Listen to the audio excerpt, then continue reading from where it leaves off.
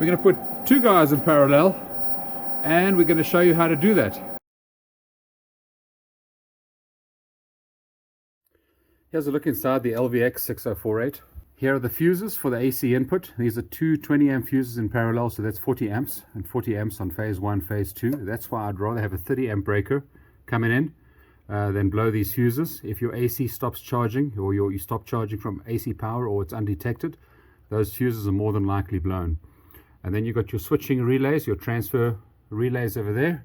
You've got your huge 6,000 watts, your MPPT board, your MPPT connectors in here. This is the board.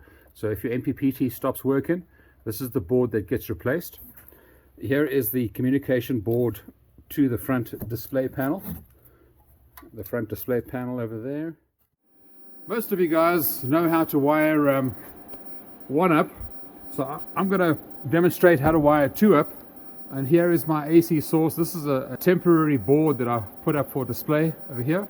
So we're going to use this as our main board, and that as our sub panel over there. So we're going to be going through the process of installing and connecting. So first of all, I'm going to power this guy down so that we can connect two of these guys up together. I'm using 10 gauge wire.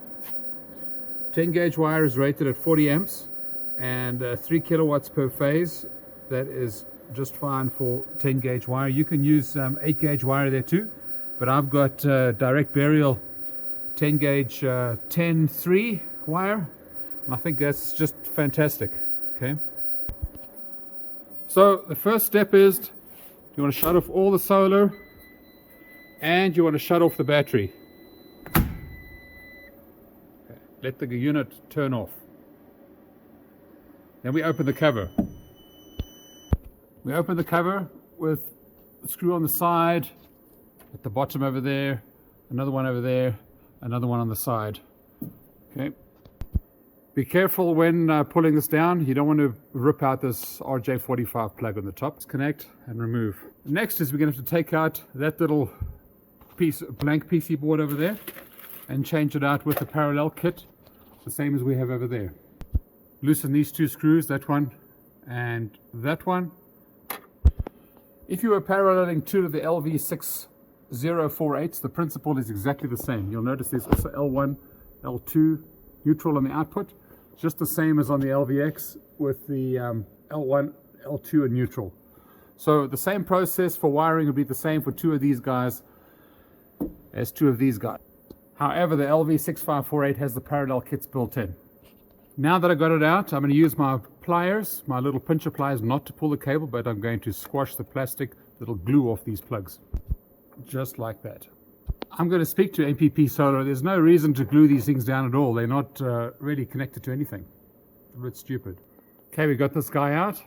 Never going to use him again. You can throw it away, keep it for Christmas stuffing or something. Next, we're going to undo these screws at the bottom here to remove the metal plate so that our connectors can go through there, the DB9s. That'll remove this plate at the bottom over here. That's what the plate looks like. Get the parallel kit board. It comes with two cables, the gray cable and the red and black cable. We're going to use all of them for this model. Put the board in through the back and use those two screws, screw holes to screw it back down. Then we put the connectors back in. So these parallel boards do two things. First of all, they tell the inverter how much current to share with another one. And the second, the gray cable is there to keep the two in phase. Because if you didn't connect these two units up in phase correctly, and you turned them on, and they were out of phase, they would actually fight each other and potentially overload. So each of these LV6548s is pretty much an inverter, low frequency inverter. Well, it's a high frequency driving an auto transformer that has got thermal protection, overload protection, and all those goodies in it, which this does not. And so what the parallel kit does, if you've got two outputs, I'm just going to draw the auto transformers coming out, and we're going to be paralleling. This is L1, L2, L1, L2. We're going to be paralleling these over here at the breaker box. I'm trying to look through the phone and draw, so it's pretty hard. Like that. And then the neutrals are going to be combined together as well. All right. So what's going to happen with these parallel kits between these two units? It's going to make sure that the current flowing through there is the same as the current flowing through there. So the two inverters are kind of balancing each other and protecting each other. If you don't have the parallel cables, let's say this is the output waveform of your one unit, and the output waveform of the other unit might be like that, right? Well, geez, a bad drawing. Okay, a sine wave in the opposite. If you put these two together, you're going to have 240 volts across live 1 and live 2, and you're going to go boom, all right? So putting the two units in parallel together matches the phases together, so the two are working harmoniously. The two parallel kits, each one should come with a set of gray and red. So two parallel kits, one per inverter, and you just follow the diagram in the manual. The gray cables are DB 15 pins, male and female, so you cannot get these wrong. Male to one to female to the other. And you want to make sure that the keyway has got a wide end, narrow end, matches with that. Right, first one done, outer to outer, inner to inner. And use your ties if you want to make it neat. They come off. And if you get lost, here's a little diagram that comes with it. Even shows you how to configure the inverter on setting 28. Two units are going to be in PAL because they cannot do three-phase at all, and so PAL is the only option on setting 28. So even though that diagram of that inverter is different, it's two inverters in parallel in single phase. So it shows you where the little dotted lines are, where the load is, and there's the current sharing cables. You see it goes outer to outer for the gray cables, and then outer to inner for the black and red cables, the dotted line over there. That's how we're going to do it over here too. And then the inside one on the left hand side, the most right hand side. All right, all done. We'll neaten that up later. Got to move on. So the next step is now wiring. So we're going to wire this guy in parallel with this guy. Inputs to inputs, outputs to outputs. Okay, this is our AC supply panel. So that'll be coming from utility or a generator if we were going to wire it up as such. We have to have 240 volts to charge these inverters. Okay, so I got my assistant while I was away quickly to run these cables. We're always changing things around here, so things are changing all the time. If I know some guys say, oh, you're never going to do the wiring in my house. Well, thank goodness, I don't want to do the wiring in your house. I've got enough wiring in my own house to do. But so there's the other supply cable. There's the first one wired up already for the supply. And here's the next one I'm going to strip up and stick it in over there. Then again, I'm going to use one of these 3/4 inch glands. I took these guys out. That 3/4 inch gland fits in perfectly with the thread. Always like to put a bit of insulation tape around there, because sometimes when you're stripping this wire, you can hurt a few insulators. All right, we got that wired in. I nicked the black a little bit, so I taped it up. No need to tighten these wires up like a banshee, all right? Just tight and maybe a quarter turn. Some guys are the Hulk and they strip these things. No need to do that. And then label your wires for future posterity.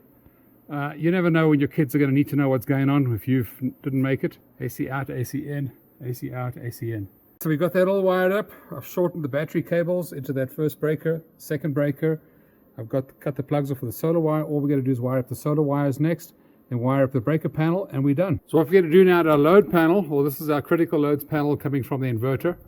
6 kilowatt or 3 kilowatts per phase. I'm going to wire them in now to two 30 amp double pole breakers. You'll notice that there's a left and a right. I like to make left for black and red for right. Just easy to remember. So when you put the double pole breakers, just remember, if we're going to make this red, I'm going to put a marker on R for red, B for black. So I put a 30 amp breaker on the output of each of these, because 3 kilowatts divided by 120 volts is 25 amps. So 30 amp breaker is good enough for me per inverter. So I'm going to stick this in here, and you'll notice that this guy on that side is going to go to the black phase. In other words, the first one is go to the black phase and then the red phase. It's important to get this right. If you don't get this right, you can just go, you can have kaboom. So So black on top, red at the bottom. The same thing with the next one. Black on top, red at the bottom. I know this confuses a lot of guys using the breaker as the input to the panel. But think about this now. You've got 30 amps from each inverter. If one inverter had to overload, it would just trip one breaker. If both of these were paralleled first and then joined into the breaker, if there was a problem between these two inverters, it would blow in the fuse inside the inverter. We don't want to open up the inverter next time to change fuses. So that's why we put the breakers on the outside. So just as power can come in at the top there in the future, if you feed in, the same way power can come in over there. So now, if this breaker box was bigger, which it should be, it's leaving me some spares over here now for the load. And I can pull the load off over here, and I'm going to wire in my electric vehicle into the output now. So the outlet I'm going to use is a NEMA 50 amp. So I might use a 50 or a 40 amp breaker. Let's talk a little bit about grounding. Now, because this is a sub panel, assuming we're never going to connect this to utility, it's a good idea right now. Take these ground wires, run a ground strip on this side, run a strip on that side, bond it to the panel, and then you run a bond screw from the panel to the neutral bus bar. Or let me put the grounds on because I know what you guys are going to say. Put the grounds into the neutral bar over there. You can take your ground out now and run that into your ground stake, which is going to go into the ground. And we're ready to fire up. So I'm going to use my rack mount silicate batteries. These silicate batteries have been awesome through the winter time. I mean, it's late February now. They've been 2-3 weeks where it's been below freezing. The lithium batteries have been unusable, but the silicate batteries have just motored on. If there was an EMP tomorrow, I think only batteries would be left are the lead acids and these guys. Put the covers back on. So these units have all got removable displays. This display can just slot out the back there, use a Cat5 cable, and run this thing to wherever you want it to in the house. So no need to run out to the garage or wherever it is. It's just a Cat5 cable. That's just an extension cord that goes into the back of this little unit over here. I just want to reiterate, there's no AC power connected to this guy. We're only dealing with the AC power on the output side. So before we turn this thing on, make sure both these breakers are off. We don't want these breakers to both be on, and if these two guys are out of phase, there's going to be a dead short through the inverter. Turn them off, then configure them. And we can hit the breakers for each of them. I've got a big bank of batteries here. And these are 200 amp breakers, a little bit overkill. 6 kilowatt divided by, let's say 55 volts is roughly just over 125 amps. So 200 amps is overkill. Probably about 150 amps is good. But this is good enough for me right now. So then the unit comes on. We're going to go and program it. Hold down the enter button, and we can take that beep away as well. But that's another story. I've got it configured for AGM battery. I'm just going to show you how to configure it. Beep, you can take the beep off if you want to. Alarm off. And then SIG, that's SIG for single mode. I want to change it to PAL for parallel. Then I push the escape button, and that one's done. Let's power on the second unit. Okay, you won't be able to actually configure this thing with the switch in the on position. You've got to turn it to the off position. Parallel, push enter so it stops flashing, and then escape. Okay, now I'm going to turn these guys on for the first time and actually measure in the box to see that they are actually in phase before I hit the breakers. Okay, so we set our meter to AC volts. Remember, this is power coming into the box. I haven't turned the breaker on yet. So that's 240 volts between L1 and L2, 120 volts between L1 and neutral, and the same thing. So a good thing to test now is, let's check on the other inverter. We got the same thing. I'll turn that stupid little beep off. Also got 240 volts. Now, a good thing before we actually turn the breakers on to measure between red and red, and there should be just about 0. If there isn't, then we have a problem.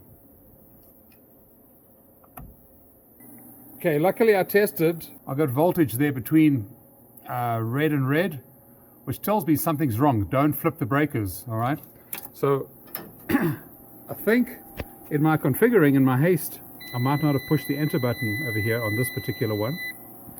This unit over here is showing HS, which means master.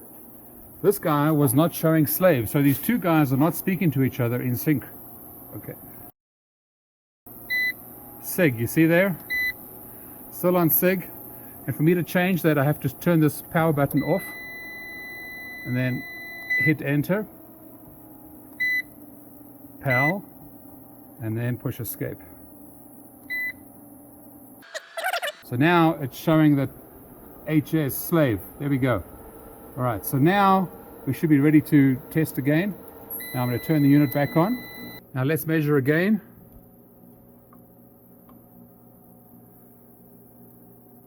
Between the two reds, and we're only getting 4.4 volts, which is good enough for me to turn on. That's probably why these inverters are a little popping and hissing a little bit. And there we go. We are fully live right now. So between L1 and neutral, we've got 120 volts. So now I'm going to plug the electric vehicle back in. All right, so we're pulling 5.8 kilowatts. Let's have a look at the load percentage. There you go. Now we've got 51%, where previously we had 101%, 102%. Now there is a slight little crackling sometimes. It's the current sensing portion of these trying to balance the currents. There's a little click, click, click every now and again. That is normal. I'm going to bump this puppy up to, let's see how high it'll go. 32 is I think the highest. Plug them in. There you have it, the load percentage of each one's gone up to 58 to 60%. While we've got the 7.3 kilowatt load going, let's try a few things. Let's look at some status over here. So I got 301 volts coming from the solar panels. That's my meter beeping. 0 amps, but there's 26 amps coming from the battery. Now I'm going to trip the PV breaker. So now there's 82 amps coming from the battery. I know there's some guys advocating saying you don't need a combiner box, but you're switching, 300-400 volts over here. You can't just pull a wire, stick a screwdriver in there and pull a wire out when you've got 400 volts on. Yes, I realize that it is legal, but being legal isn't always safe, especially in a DIY application. I always recommend a good quality breaker. I mean, who knows when you need to shut stuff off. See how the battery amps have dropped to 24 amps? And it shows that the amps coming from the solar is pretty much 0 because it's going straight into the load, 303 volts. So the LVX6048 has got 6 kilowatts of input power, 450 volts maximum input, and you want the voltage to be somewhere from 120 to 450 volts. And we want the short circuit current on the PVs to be no more than 27 amps. And the MPPT range is 120 to 430 volts. 27 amps is 120 volts divided by 3 kilowatts divided by 27 amps. So the maximum power is 6 kilowatts. So in our previous video with the isolation transformer, that isolation transformer has no way of shutting down if you have an overloaded phase, whereas these inverters will protect you from overloaded phase. Let's do some testing. So I'm going to unplug the EV. So I'm actually going to turn one of the breakers off for the inverters. I'm going to test just one inverter. How many, it's probably going to complain with an imbalance, but we're just going to run our heat guns. Here's a special little adapter plug we made. This one is, the left hand side goes to the black phase, that goes to the red phase, so we can kind of test unbalanced loads. Yes, I know you guys say you're never going to unbalance the loads, but what if it happens one day and you don't have protection? You're going to say, man, that $200 was a bargain when your house is burned down. Okay, so let's see. Let's put 3 heat guns on. Okay, they're shut off because we exceeded 3 kilowatts. So put the breaker back on, reset them.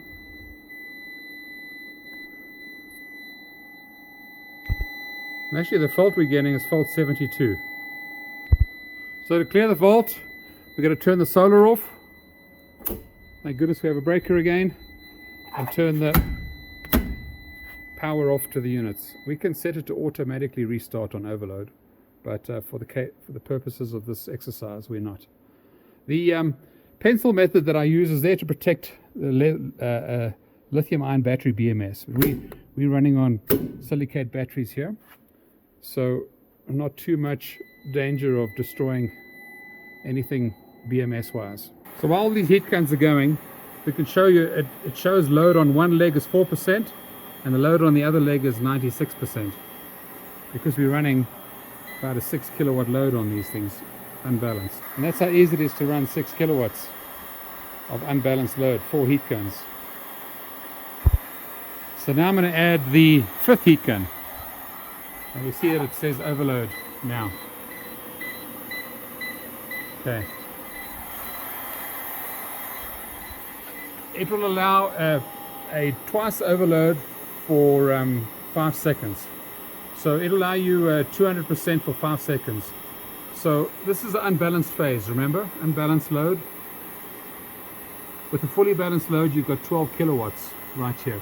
So we're pulling a full 47 amps through one phase. You guys in for a treat today, because so many people ask me to run a generator. How big can the generator be? I'm going to run a tiny little 240 volt generator to charge this guy. In the specs they say 1.5 times the capacity of the inverter. So if we've got a 12 kilowatt inverter, that's 15 kilowatt inverter generator is kind of ridiculous for most of us. So you see on the main panel the neutral and the ground. I've done this specifically like this so you can see. So because neutral and ground are connected together in this main panel, I'm actually going to connect the grounds as well into the neutral bar right here. I'm being lazy. I'm just bonding the neutral and the ground together on each of the inputs. Now, which brings us to the second question of bonding. So if we bonded it over here, we don't want to bond it on the sub panel. Okay, so we can actually pull, you think about it, the ground wire is coming along through there into the inverter, going into the inverter and back out again. So it is actually grounding this sub panel if we had to just bond that to the frame. Okay, or we can tie all the ground wires together with a twisty to all of our loads. All right, so I got that wired up, 50 amp plug on there, plug that into the generator, the 240 volt side, and this is the question I get the most. That's why I want to show you guys. I got one breaker off, one breaker on. It won't charge. Power in, the other one doesn't. Okay. There's no dotted line. In other words, it won't accept a charge because it knows both of these guys need 240 volts. Here comes the power sign. So we've got a power feedback protection fault, which fault 60. Earlier we had a fault 72, which was current sharing fault because we were pulling power from one inverter and not the other. It had to do with me flipping this breaker halfway while this inverter was running. So I'm going to change setting 01 from SBU to solar, utility, then back. Now we're charging. That's just the Harbor Freight generator. Now, what happens if your generator is too small for these inverters? What are we going to do then? You saw that I set setting 01 to solar, utility, then battery. When it was SBU, it wouldn't charge until settings 12 and 13 were reached. Now, this is just a cheap Harbor Freight generator. Probably another part of the video at some stage, I'm going to make this a remote electric start. But not right now. Too many things going on. You want to set to SUB for solar, utility, then battery. So whenever you run the generator, it charges as first priority.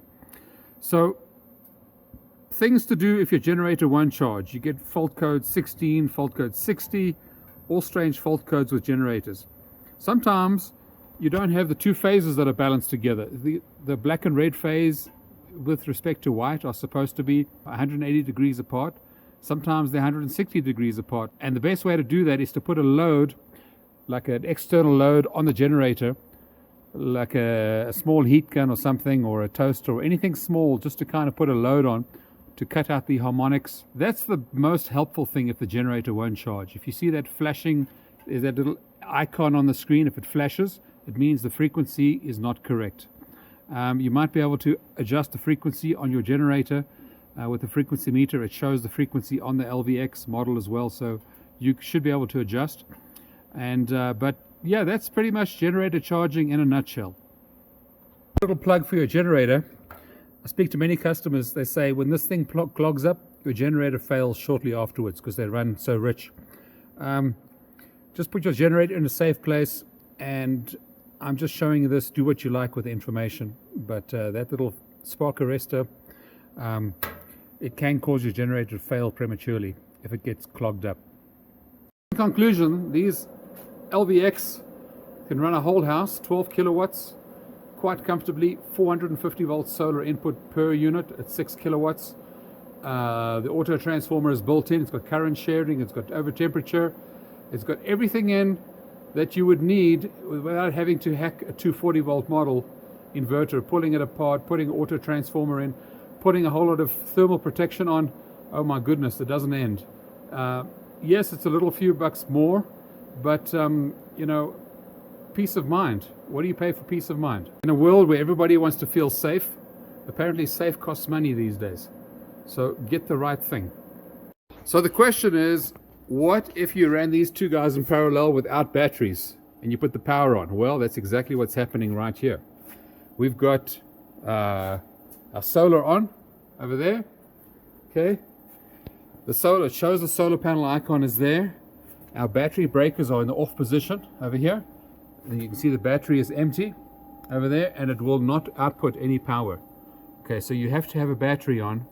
I'm going to throw these switches up. You know, you use your pre-charge resistor if you have got lithium batteries, but these are not lithium. So let's see what happens if I put the battery on live while there's zero output and the switch is on. Give it a while to detect there's a battery on.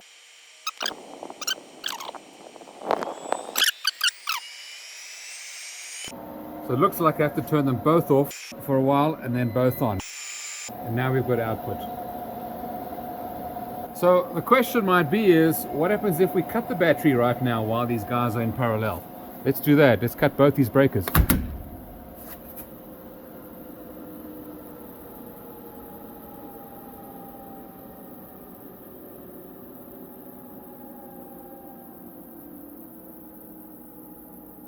See how long it takes before it realizes there's no battery.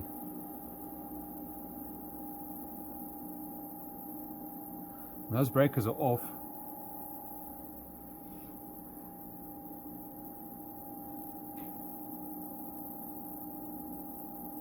You notice this one now is switched over to master, and this one is switched over to slave, so they switch over randomly. I'm going to attempt to put some load on these guys now. So it actually works. Check at that. Battery switches off. I'm two running in parallel, and the heat gun is going. I'm sure if I went over what the heat gun's power was, it would trip, and then we'd be back to having to put the batteries on to get it to boot up and go from there. Pretty cool though. Let's talk a little bit about combiner boxes. This is a 6-into-1 that I've kind of hacked to make it into a 3-into-1, 3-into-1. Just had to move the bridges out, etc. I'm not going to show you how to do that because it's my hack. But I have got, let's talk about solar panels. I've got 380 volts into one and 280 volts into the other. And let me show you quickly how the panels are wired. So the one panel under load, set of panels, is 292 or 289 volts, and the other one is 218 volts. Remember, this is under load, busy charging right now. So here's the back of the 280 volt array, but these are like 48 volt panels in series. So these are six fives of about 300 volts, or just that short of 290 volts open circuit, and those are just wired all in series. And in series, and then there's some cross wires to join them in series, because you've got to go from one across to the other in three in series like that again. And so these are 6 panels in series. Now the advantages of running all these panels in series is if you've got a long run of wire, it doesn't need to be a very thick long run, because it's only got 10 amps. If these panels are rated at 10 amps, I've got 10 amps in series. So I'm just seriesing the voltage, but the amp stays the same. So I only got 10 amps running through a cable that's very long.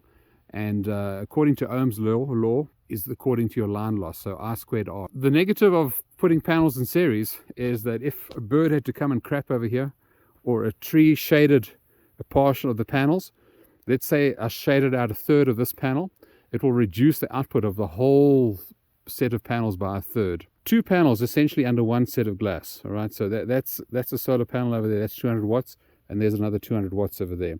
The reason they do that is if you shade the one area, you're only going to basically are only cutting out 200 watts, but that means you can have 200 watts in series with a 400 watt panel, so you're only getting 400 watts now. If I shade this one quadrant, all these panels are only going to put out 200 watts equivalent, because this one in series is limiting our current. And here are 8 panels in series.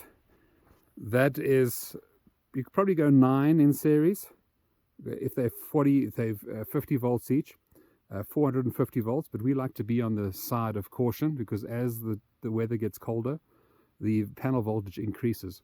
So I wouldn't go more than 8 panels in series on in a cooler climate on these high voltage input units, 450 volt MPPT inputs. And so just wired, easy to wire in series, just link over, and one wire from that side going into the inverter and the other wire from that side going into the inverter. And you've seen the DC arc, it's always good to have a combiner box. I know that some guys say you don't need a combiner box, which is true, you know, but if you needed to break that circuit at some stage, turn the inverter off or whatever, and you're busy putting a screwdriver in the terminal to pull out a 450 volt wire, if you make a mistake, that's the end of you. So, and get good quality breakers as well. It doesn't hurt to be safe while you still got the money. When you're dead, money means nothing. So you see on your main panel, your main feed panel, that's where the ground screw goes, and that bonds neutral to ground over there. And then your ground strip on the side bonds to the chassis. And then on your sub panel over here, you'll leave that screw out so that your neutral is not bonded. I need to take that wire out. Ignore that wire there, so that your neutral is not bonded to the ground on the sub panel. You don't want to bond it in 2 places. Now, one of the negatives, you might ask, what are the negatives of these LVX models? The fact that they have a transformer in, anything that has a transformer in it is less efficient. Okay, so I'm just running the unit there, just powering it on. I got no solar connected, and showing you how many amps we're pulling. We're pulling 2.5 amps at 48 volts. That's on standby. That's per unit. So it's 5 amps in total on standby at 55. That's 250 watts for 2 units, or 100 and...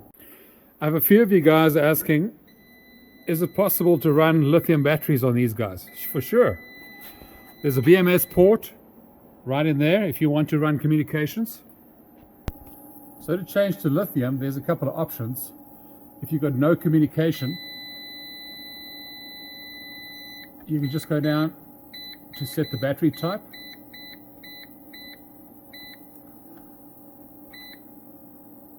That's the battery type to AGM, flooded, user type.